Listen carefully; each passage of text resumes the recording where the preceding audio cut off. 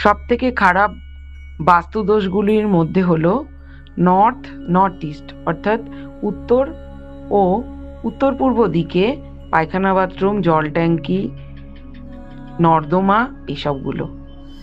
এবং বেডরুমও যদি সেখানে থাকে সেটাও কিন্তু পজিটিভ নয়, কারণ ওটা বাস্তুপুরুষের মস্তক, ওঙ্কারের স্থান, ওটা ঠাকুর ঘরের স্থান।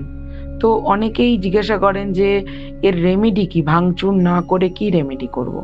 তো ভাঙচুর না করে আপনারা অ্যালুমিনিয়াম হেলিক্স লাগাতে পারেন। সব থেকে কম 3টে লাগাতে পারেন। যদি আপনার বাড়ির স্কোয়ার ফিট বেশি হয়, 900 স্কোয়ার ফিটের বেশি হয়, সেক্ষেত্রে 6টা লাগাতে হবে। আর যদি 1200 স্কোয়ার ফিটের বেশি হয়, সেক্ষেত্রে 9টা লাগাতে হবে। আর এর সঙ্গে আপনাকে এই বাথরুম বা এই এলাকায় সবসময় একটা জোর পাওয়ারের আলো জ্বালিয়ে রাখতে হবে।